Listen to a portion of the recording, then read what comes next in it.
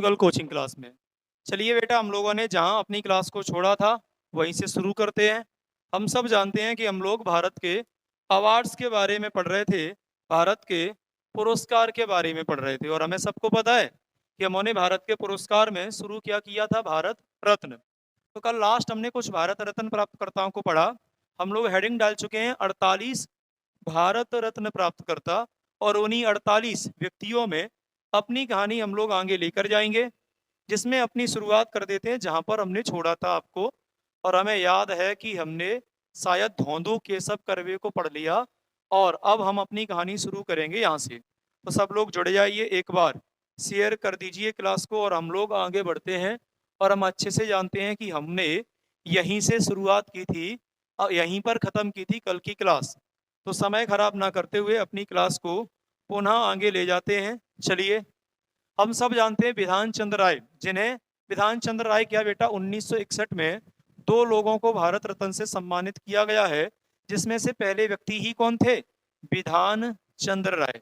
और विधान चंद्र राय कौन है, तो हम कहेंगे सर ये थे महान चिकित्सक, महान चिकित्सक हुआ करते थे।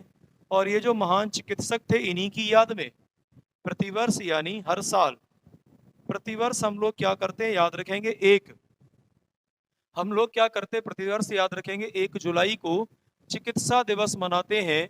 1 जुलाई को हम लोग क्या करते हैं, तो याद रखेंगे चिकित्सा दिवस के रूप में मनाया जाता है। तो चिकित्सा दिवस किनकी याद में मनाते, इन्हीं की याद में। यहाँ पर देख सकते हैं ये है विधान चंद्र राय, और ये कौन है, तो याद रखेंगे ये है महान स्वतंत्रता सेनानी, शिक्षा शास्त्री, राजनेता। साथ में कौन है, तो कहेंगे चिकित्सक। तो सबसे पहली बात, विधान चंद्र राय को भारत रत्न दिया गया 1961 में। पहला लिखेंगे महान चिकित्सक थे, इन्हीं की याद में 1 जुलाई को चिकित्सा डे मनाते हैं, चिकित्सा दिवस मनाते हैं। दूसरा दूसरा ये राजनीति में संबंध रखते थे पश्चिम बंगाल से, और याद रखेंगे ये पश्चिम बंगाल के सेकेंड सीएम बने। तो याद रखेंगे किस राज्य का मुख्यमंत्री विधान चंद्र राय को बनाया गया, पश्चिम बंगाल का। और पश्चिम बंगाल के द्वितीय मुख्यमंत्री कौन बने, विधान चंद्र राय। अगर हमें द्वितीय मुख्यमंत्री का पता है तो जरूर पहले वाले को भी जानेंगे, इसीलिए नोट डाल के लिखोगे। और नोट डाल के लिखोगे पश्चिम बंगाल के पहले मुख्यमंत्री कौन है, तो हम कहेंगे पश्चिम बंगाल के पहले मुख्यमंत्री हैं प्रफुल्ल बोस। प्रफुल्ल बोस जो है वो है पश्चिम बंगाल के पहले मुख्यमंत्री, जबकि पश्चिम बंगाल के दूसरे मुख्यमंत्री बने विधान चंद्र राय। और भारत में चिकित्सा दिवस किनकी याद में मनाते हैं, ये हम सबको पता होना चाहिए। चलिए, दो लोगों को मिला है तो हम लोग आगे बढ़ जाते हैं, और अगला देखते हैं पुरुषोत्तम दास टंडन। हम सब जानते हैं पुरुषोत्तम दास टंडन को हमने भारत रत्न किसके साथ दिया है, विधान चंद्र राय के साथ। और कब दिया है, तो याद रखेंगे 1961 में। पुरुषोत्तम दास हम लोग कहेंगे महान स्वतंत्रता सेनानी थे, फ्रीडम फाइटर थे। तो कौन थे बेटा, याद रखेंगे स्वतंत्रता सेनानी। और याद रखोगे ये किस पार्टी से थे, तो स्वराज पार्टी। हम सब जानते हैं स्वराज पार्टी की स्थापना 1923 में की गई थी। किसके द्वारा, तो कहेंगे चित्तरंजन दास एवं चित्तरंजन दास एवं मोतीलाल नेहरू के द्वारा। और हम सब जानते हैं एमएल नेहरू और चित्तरंजन दास ने जब स्वराज पार्टी की तो 1924 में हुए प्रांतीय विधानसभा के चुनाव में 101 में से 42 सीटें ली। और बाद में गांधी जी एवं चित्तरंजन दास का समझौता, इसे गांधी दास पैक्ट कहते हैं। और जब हमारे यहाँ 1937 में 1935 के भारत शासन अधिनियम से अंग्रेजों ने दिया प्रांतीय विधानसभाओं को स्वतंत्रता, तो ये पहली बात संयुक्त विधानसभा के सचिव बनाए गए। तो याद रखेंगे सबसे पहले ये कौन है, पहली बार संयुक्त विधानसभा, संयुक्त विधानसभा के क्या बनी है बेटा, तो सचिव। और दूसरा पॉइंट याद क्या रखोगे, इनका संबंध किस पार्टी से है, स्वराज पार्टी। स्वराज पार्टी की स्थापना किसके द्वारा की गई है, तो चित्तरंजन दास एवं मोतीलाल नेहरू के द्वारा। और कब की गई है, 1923। हम लोग पढ़ेंगे आजादी की लड़ाई और दोबारा से डिस्कस करेंगे इस स्वराज पार्टी को। तो याद रखेंगे 10 लोगों को भारत रत्न दिए चुके हैं हम लोग। 61 में दो लोगों में से पहले डॉक्टर विधान चंद्र राय और दूसरे कौन है बेटा, पुरुषोत्तम दास टंडन। इसमें लिखा है 1 अगस्त राजश्री पुरुषोत्तम दास टंडन की जयंती है। राष्ट्र एवं राष्ट्रभाषा की सेवा में समर्पित हैं।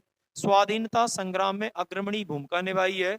और याद रखेंगे कि इन्हीं की याद में हम लोगों ने स्वराज पार्टी का गठन किया था। आगे 1962 में एक व्यक्ति को भारत रत्न दिया गया जिसका नाम था राजेंद्र प्रसाद। हम सब जानते हैं भारत रत्न देने की पावर किसके पास है, तो भारत के राष्ट्रपति के पास। और 1950 से लेके 62 तक देश के राष्ट्रपति कौन रहे, राजेंद्र प्रसाद। तो स्वाभाविक है ये खुद को तो दे नहीं सकते, इसीलिए इन्होंने 12 साल इंतजार किया। यानी हालांकि 1954 में शुरू हुए और जैसे ही इनने राष्ट्रपति का चुनाव नहीं लड़ा और 1962 में राष्ट्रपति बने कौन, सर्वपल्ली राधाकृष्ण। और सर्वपल्ली राधाकृष्ण के द्वारा इन्हें दिया गया। तो हम लोग कहेंगे राजेंद्र प्रसाद को भारत रत्न किसके द्वारा दिया गया है, तो सर्वपल्ली राधाकृष्ण के द्वारा। और याद रखेंगे ये भारत की ऐसी इकलौती जोड़ी है कि 1954 में राजेंद्र प्रसाद सर्वपल्ली राधाकृष्ण को देते हैं, तो 62 में ही सर्वपल्ली राधाकृष्ण किसे देते हैं, राजेंद्र प्रसाद। राजेंद्र प्रसाद में कुछ बातें याद रखेंगे। इन्हें बेटा कहा जाता है अजात शत्रु। तो याद रखेंगे किसे अजात शत्रु के नाम से जानते हैं, राजेंद्र प्रसाद को। दूसरी बात याद करो बेटा आप लोग 1939 जब कांग्रेस से इस्तीफा दिया सुभाष चंद्र बोस ने, और अचानक सुभाष चंद्र बोस ने त्रिपुरा अधिवेशन के बाद कांग्रेस से जब इस्तीफा दे दिया, तो उस समय कांग्रेस का अध्यक्ष कौन बने, इस बात को लेकर विवाद उठा। और उसी समय कांग्रेस का अस्थायी अध्यक्ष किसे बनाया गया, तो याद रखेंगे या कार्यवाहक अध्यक्ष किसे बनाया गया, तो हम लोग कहेंगे अस्थायी अध्यक्ष बनाया गया था राजेंद्र प्रसाद। समय के साथ कहानी आगे बढ़ी और हम सब लोग जानते हैं कि 1940 से लेकर 1950 के बीच में भारत का संविधान बना, जिसमें संविधान सभा की पहली बैठक ही हुई थी 9 दिसंबर 1940 को, जिसमें जिसमें हम लोग कहेंगे सच्चिदानंद सिन्हा को अस्थायी अध्यक्ष टेम्परेरी चीफ इन कॉन्स्टिट्यूशन में बनाया गया। लेकिन 11 दिसंबर 1940 को संविधान सभा का अध्यक्ष भी किसे बनाया, राजेंद्र प्रसाद। तो याद रखेंगे भारतीय संविधान का अध्यक्ष कौन बना, तो भारतीय संविधान के अध्यक्ष बन गए हैं राजेंद्र प्रसाद। और राजेंद्र प्रसाद जैसे ही 1950 में देश का संविधान लागू करते हैं 26 जनवरी को, तो 26 जनवरी को शपथ लेते हैं भारत के पहले राष्ट्रपति के रूप में, जबकि इन्हें राष्ट्रपति 24 जनवरी 1950 को बनाया गया। तो याद रखेंगे देश के पहले राष्ट्रपति कौन है, राजेंद्र प्रसाद। और हम सब जानते हैं राजेंद्र प्रसाद देश के जहां पहले राष्ट्रपति बने हैं वहीं सबसे ज्यादा समय के लिए राष्ट्रपति बने हैं। और हम जानते हैं ये 1950 से लेकर 1962 तक रहे, जिसमें याद रखोगे 1950 से लेकर 52 तक मनोनीत राष्ट्रपति रहे। पहली बार राष्ट्रपति के चुनाव 1952 में हुए तो बेटा 57 तक रहे, और दूसरी बार बेटा 57 से लेकर रहे तो 62 तक। और हम अच्छे से जानते हैं कि जब 62 में इन्होंने राष्ट्रपति का चुनाव नहीं लड़ा तो सर्वपल्ली राधाकृष्ण देश के नए राष्ट्रपति के रूप में आए। तो देश के पहले राष्ट्रपति कौन, राजेंद्र प्रसाद। संविधान सभा का अध्यक्ष कौन, राजेंद्र प्रसाद। अस्थायी कांग्रेस का अध्यक्ष किसे बनाया गया 39 में, राजेंद्र प्रसाद। निम्न में से किसे अजात शत्रु के नाम से जानते हैं, तो हम लोग कहेंगे राजेंद्र प्रसाद। आगे बढ़ जाते हैं और हम लोग देखते हैं 1963 दो लोगों को दिया गया, जिसमें से पहले व्यक्ति थे जाकिर हुसैन।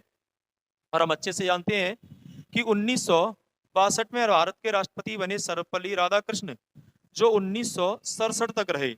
और 1967 में देश के राष्ट्रपति ही कौन बनेंगे, जाकिर हुसैन, जो कहां तक रहेंगे 1969।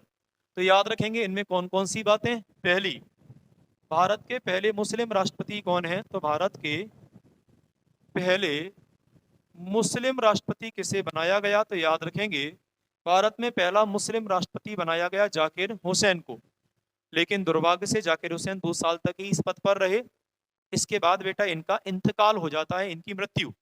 तो इस तरह से ये देश के पहले राष्ट्रपति हैं, देश के पहले राष्ट्रपति हैं जिनकी बेटा क्या हुई है, पद पर मृत्यु। तो पद पर मृत्यु होने वाले पहले राष्ट्रपति ही कौन है, जाकिर हुसैन।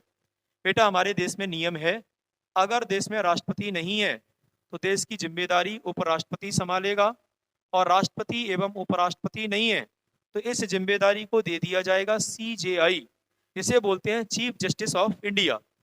तो सर सवाल ये है कि जब 1969 में इनका इंतकाल हो रहा होगा तो उस समय देश का उपराष्ट्रपति कौन थे? तो बीबी गिरी, जिन्हें बोलते बरामिहिर वेंकट रमन, वो बरामिहिर वेंकट गिरी। तो बीबी गिरी बेटा क्या हुए? कार्यवाहक बन गए राष्ट्रपति। लेकिन बाद में बीबी गिरी ने इस्तीफा दिया और देश में कंडीशन कौन सी आई? ना तो राष्ट्रपति है ना ही उपराष्ट्रपति। उस समय देश के CJI chief justice of India मुख्य न्यायाधीश कौन हुआ करते थे? M हिदायतुल्लाह।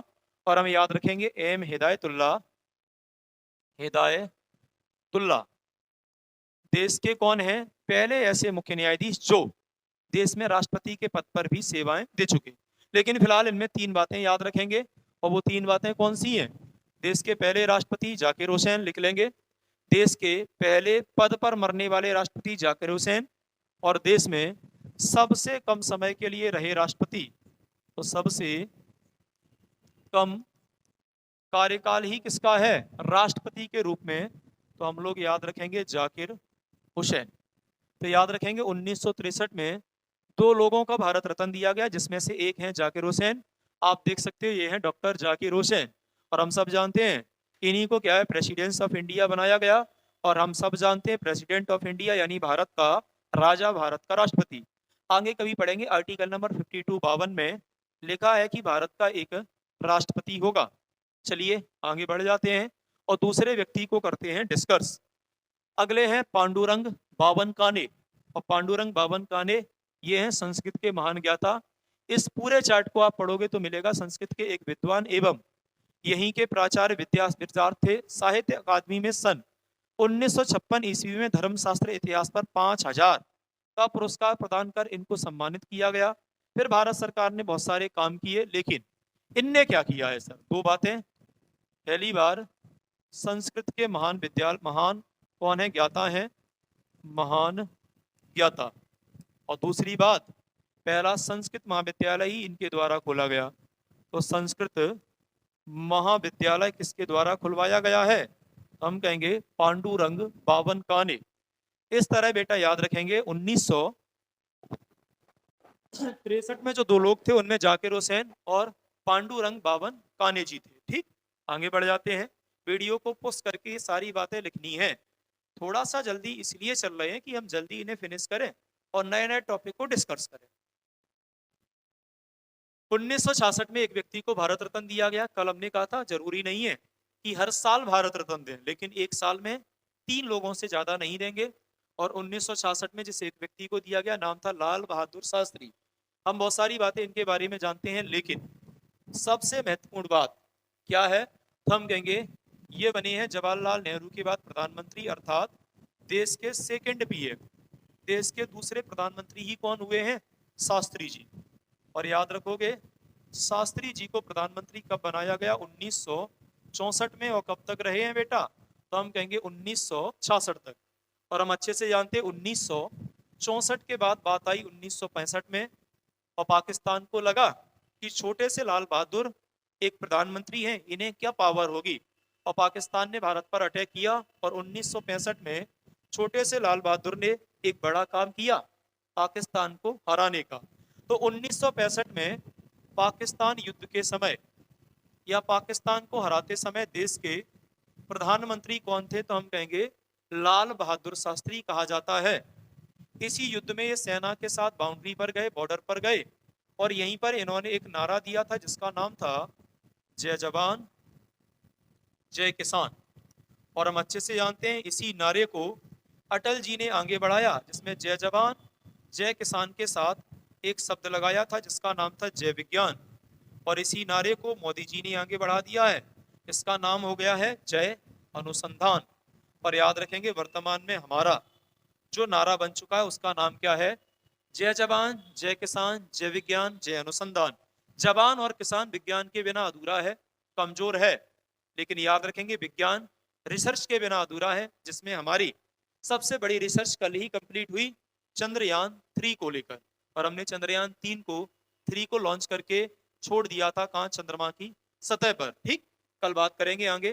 तो पहली बात तो ये अच्छी बात क्या है पाकिस्तान को जब हमने हराया तो रूस के माध्यम से क्या हुआ, रसिया के माध्यम से हमारी मध्यस्थता करवाई गई। और होता यह है 1966 10 जनवरी को क्या हुआ बेटा, तो ताशकंद समझौता, ताशकंद समझौता। और इसी ताशकंद समझौते के बाद, अच्छा समझौता किस किस के बीच में हुआ है, तो भारत के पीएम कौन है, शास्त्री जी, और पाकिस्तान के उस समय के राष्ट्रपति थे आयूब खान। तो यहाँ के राष्ट्रपति कौन है बेटा, आयूब खान। और इसी समय शास्त्री जी का क्या हुआ बेटा, इंतकाल। शास्त्री जी क्या हुए बेटा, खत्म। तो पहला लिखेंगे देश के दूसरे प्रधानमंत्री लाल बहादुर शास्त्री, 64 से लेकर 66। 1965 पाकिस्तान युद्ध समय के समय प्रधानमंत्री लाल बहादुर शास्त्री। तीसरा लिखेंगे इन्होंने जय जवान एवं जय किसान का नारा दिया, जय जवान एवं जय किसान का क्या किया है, तो याद रखेंगे बेटा, नारा दिया।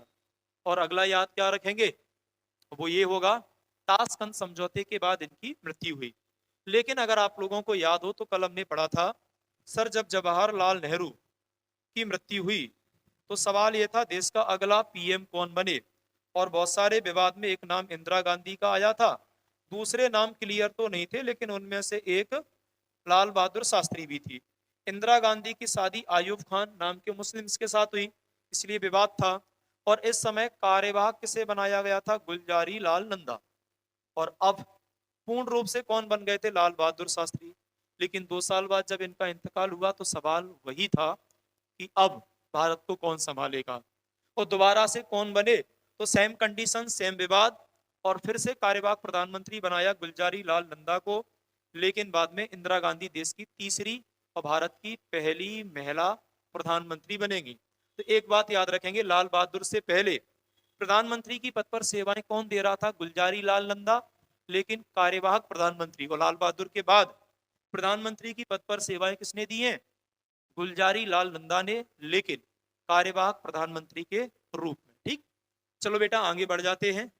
और 1971 में एक व्यक्ति को भारत रत्न दिया गया। अगर हम ध्यान से देखें तो 14वें नंबर के साथ, अच्छा शास्त्री जी में एक याद रखेंगे, ये देश के पहले व्यक्ति हैं जिन्हें मरणों उपरांत भारत रत्न मिला है।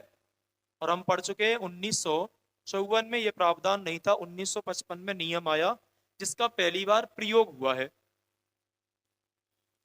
1971 में एक व्यक्ति को दिया गया, इंदिरा गांधी, और इंदिरा गांधी को आयरन लेडी के नाम से जानते हैं, हम सब जानते हैं।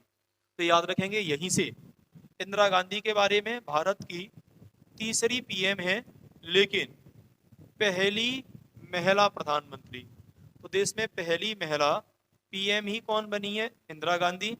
हम सब जानते हैं इंदिरा गांधी 66 से लेकर 77 तक और 80 से लेकर 84 तक 3 बार प्रधानमंत्री बनी, जिसमें 2 कार्यकाल पूरे लेकिन एक अधूरा था।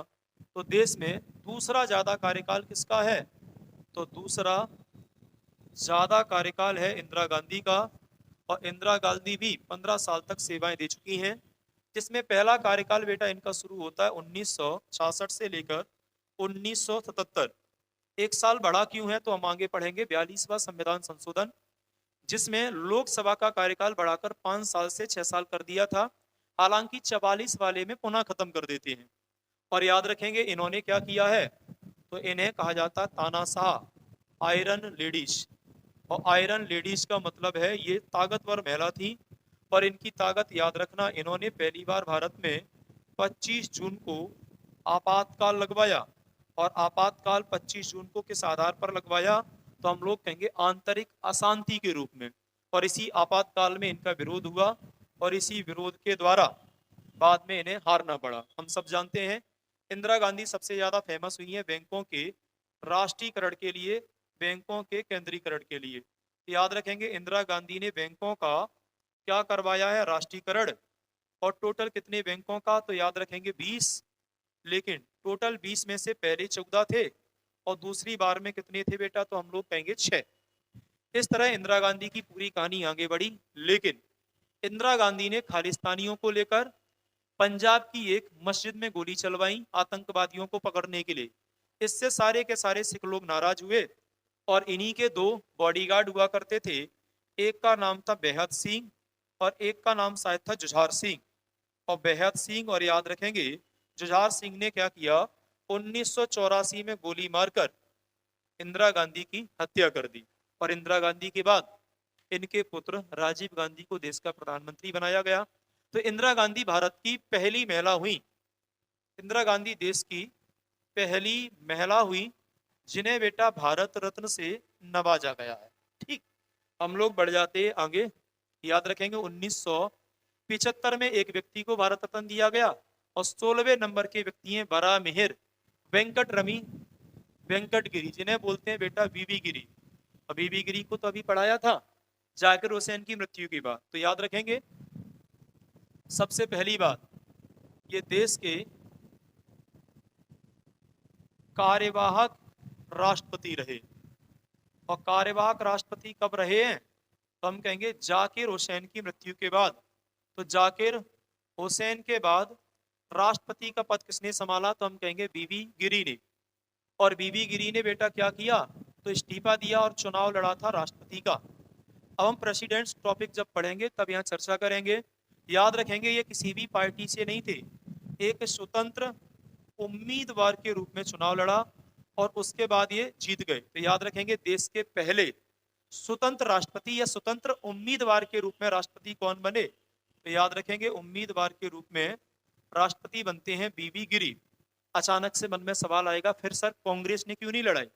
बिल्कुल बेटा, इस समय कांग्रेस की तरफ से लड़े थे नीलम संजीव रेड्डी, लेकिन कांग्रेस में गुटबाजी थी और इंदिरा गांधी ने कहा जाता साथ दिया था इन्हीं का, इसीलिए ये निर्विरोध थे, यानी स्वतंत्र उम्मीदवार थे, गैर दलीय थे, किसी भी पार्टी से नहीं थे, जीत गए। भारत के राष्ट्रपति के चुनाव का फंडा अलग है, जिसमें हम लोग पढ़ते हैं एकल संक्रमणीय गुप्त अप्रत्यक्ष निर्वाचन प्रणाली, सिंगल ट्रांसफर सिस्टम। इसमें अगर किसी उम्मीदवार को 50% से ज्यादा वोट नहीं आते तो फिर उसके मतों की गणना दूसरी बार करवाई जाएगी। और ये भारत के इकलौते व्यक्ति हैं जिनके चुनाव में मत की गणना कितनी बार हुई? दूसरी बार हुई। ठीक है बेटा, तो अब हम लोग बढ़ जाते हैं आगे। देश के उपराष्ट्रपति भी रहे हैं और आगे आएंगे तो 1976 में एक व्यक्ति को दिया जाएगा के कामराजन। हम सब जानते हैं के कामराजन को। और क्या है के कामराजन? तो पहली बात, इंदिरा गांधी के समय, इंदिरा गांधी के समय कौन थे? कांग्रेस के अध्यक्ष। और कुछ लोगों का तो ये मानना है कि इन्होंने इंदिरा गांधी को अध्यक्ष इसीलिए बनवाया कि वो एक महिला है, छोटी सी गुड़िया है, तो उन्हें हैंडल करना या टैकल करना आसान होगा। लेकिन छोटी सी गुड़िया ने बड़े बड़े काम किए और वो सारे काम जो आज का कोई भी नेता नहीं कर सकता, इंदिरा गांधी ने जमींदारी व्यवस्था को खत्म कर, रजवाड़ों को खत्म कर, बैंकों का राष्ट्रीयकरण करना, पावरफुल शासिका के रूप में रही। और हम कहते हैं हमारे जितने भी प्रधानमंत्री हुए शायद उनमें से एक वेस्ट प्रधानमंत्री थी इंदिरा गांधी। तो पहली बात, इंदिरा गांधी के समय कांग्रेस के अध्यक्ष थे के कामराजन। और याद रखेंगे तमिलनाडु के मुख्यमंत्री भी रहे हैं। और तमिलनाडु के कौन बने हैं बेटा? सीएम। और याद रखेंगे तमिलनाडु के मुख्यमंत्री के रूप में इन्होंने छाप छोड़ी। आगे बढ़ जाते हैं। 1980 में एक व्यक्ति को दिया गया, नाम था मदर टेरेसा। और भाई मदर टेरेसा को हम सब जानते हैं, ये कौन थी बेटा? विदेशी मूल की भारतीय। याद रखेंगे विदेशी मूल की थी, परंतु थी कौन? भारतीय महिला।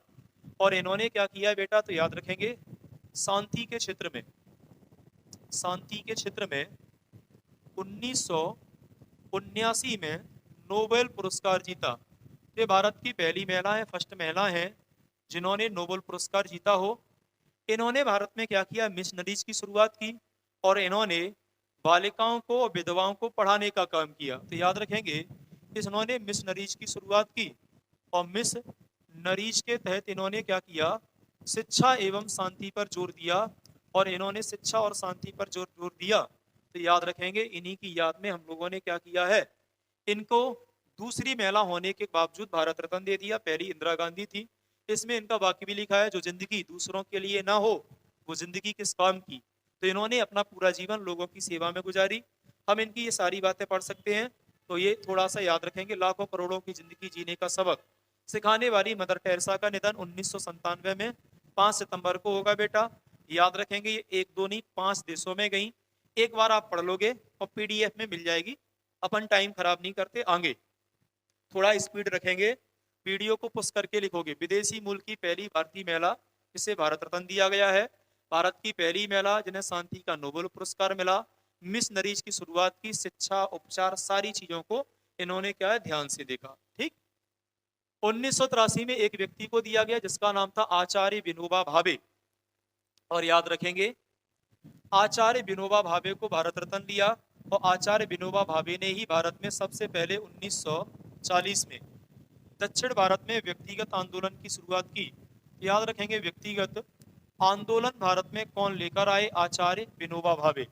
और बाद में हम सब जानते हैं कांग्रेस ने जब दूसरे विश्व युद्ध में अंग्रेजों का विरोध किया, साथ ना देने की कसम खाई, तो व्यक्तिगत रूप से घर घर जाकर लोगों को समझाया कि हमने पहले विश्व युद्ध में अंग्रेजों का साथ दिया, बदले में जलियांवाला बाग हत्याकांड मिला, लेकिन अगर हम चाहते हैं कि हमें जलियांवाला बाग हत्याकांड ना मिले तो हमें क्या करना चाहिए?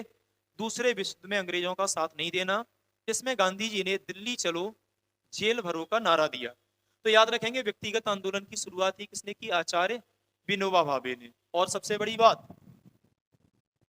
इन्हें 1958 में दिया गया रमन मैग्सेसे पुरस्कार, और हम सब जानते हैं रमन मैग्सेसे पुरस्कार को कहा जाता है एशिया का नोबेल पुरस्कार, और एशिया का सबसे बड़ा पुरस्कार है, एशिया का नोबेल कहते हैं। और कहाँ का है? तो हम कहेंगे फिलीपींस।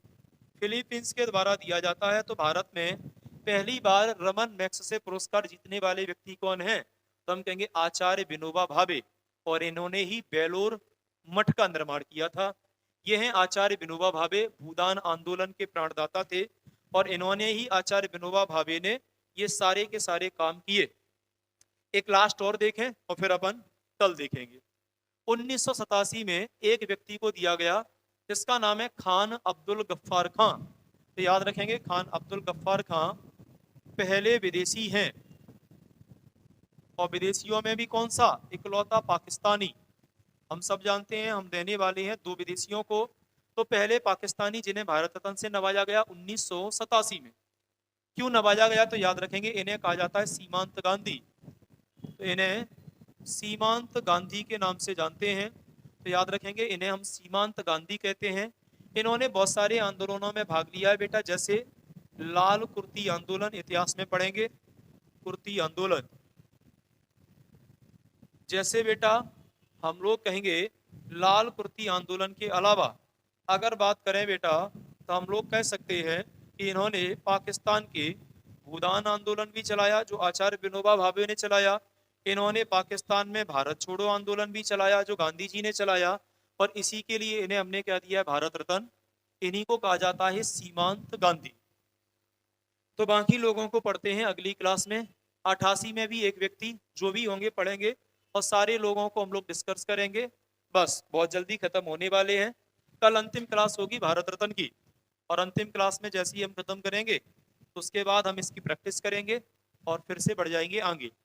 याद रखेंगे स्टैटिक जीके है, इसे केवल याद करना है, रट्टा मारना है, और आने वाले पेपर में अच्छे से हमें सवाल सॉल्व करना है।